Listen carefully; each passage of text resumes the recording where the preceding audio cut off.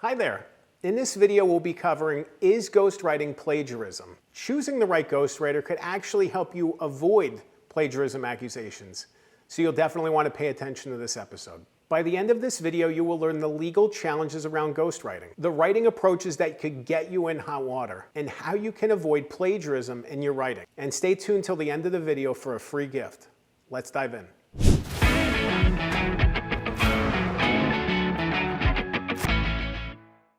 Plagiarism. It's one of the scary words in writing.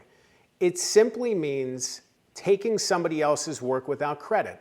It can come through in a couple different ways. There's obviously direct lifting, but there's more than that. You know, it's more than just copy and pasting somebody else's words or repeating them into your own.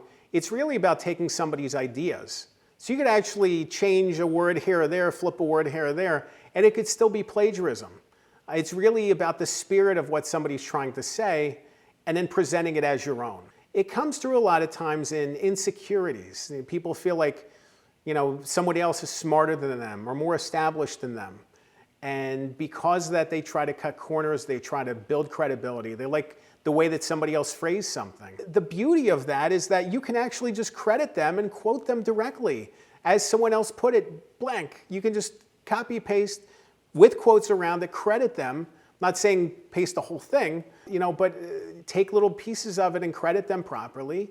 It's such a powerful thing to be able to build on the things that they've written or to use the things that other people have written or said in support of your theories and approaches. It builds a connective thread to that other work. Ghostwriting by itself is definitely not plagiarism. Ghostwriting means that you are working with someone, you are paying someone typically to help write words for you, that you are refining your message and your story through the words of somebody else. That's not plagiarism.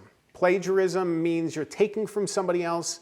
Ghostwriting is helping you create something original, something new, something definitive in your voice and your strength and your power.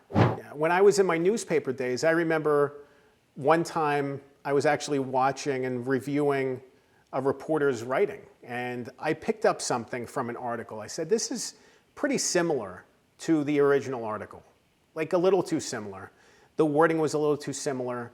You know, you're trying to make it sound unique and original. Even if you credit somebody else, you want it to sound a little bit different, and it was a little too close.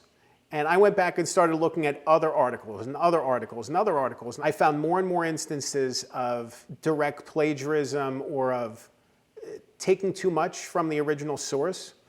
And it was so disheartening. It was really disheartening to uncover that. One of my earliest experiences involving plagiarism, was even when I was working on my college newspaper, we dealt with an issue of plagiarism. Someone had been taking somebody else's op-eds and just pasting them and passing them off as their own. The copy editors didn't catch it, it got published, somebody complained, and I'd have that difficult conversation. It wasn't fun, you know, and it really was disheartening because writing's all about creating something original and new. It's about passing off your ideas and your stories and your messages. And when you start taking from somebody else and not crediting them, it's a disappointing thing. You know, it really means you don't believe or trust in your own writing or your own messages that you need to pass off somebody else's as your own. It's really not cool. As somebody who writes for a living, you know, I'm all about credit. I'm all about being able to cite and source somebody else and say, hey, good job, you got this. I really think this is powerful. You know, I'm building this other thing and saying this other thing, but here's your message.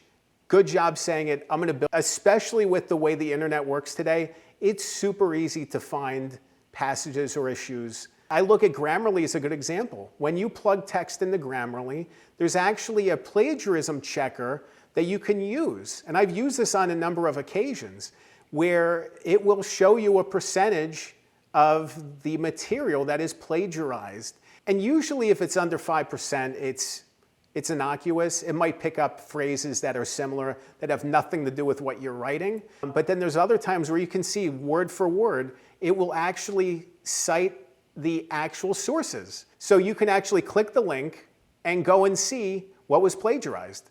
In this day and age, it doesn't add up to plagiarize Be original, come up with your own words and phrases and ways of saying things. If you use somebody else's words or ideas, just credit them. Working with the wrong ghostwriter, working with somebody who's less experienced, could open you up to possibilities that they are plagiarizing. These are people who are cutting corners or that you found for cheap. It typically means that they're either working on a bunch of projects at once or they're not that experienced. And both of those things reflect the possibility that they are plagiarizing or cutting corners with your writing process. Working with an established professional ghostwriter, on the other hand, can really help you avoid and sidestep some of those problems. These are people who've already been through these issues, who fought these battles, who understand plagiarism, who are rooting it out at every turn. As you begin exploring the possibility of working with a ghostwriter, I'm always encouraging people to interview the people that you want to work with, ask them questions. One should be about plagiarism. I would ask them specific experiences about it. Ask them issues they've had with it, if they've ever experienced it in their careers, if they've ever been accused of plagiarism, if it's an issue that they've come up with in their career. Chances are, in some fashion or sense, they have dealt with it, and you want to have somebody who is empowered to root it out and to flag it, because otherwise they could pass off text that is plagiarized and just scurry it along without thinking about it again. You'll want somebody to collaborate with you who's dealt with it, who's recognized it, who sees it, because there could be instances, innocuous instances in your writing where you inadvertently take somebody's ideas without crediting them. And you really want somebody to be able to look over your shoulder and say, hey, I think this would be good to credit somebody. I think this would be good. What about this? Avoiding those issues is crucial in today's world, and it's crucial to maintain your credibility.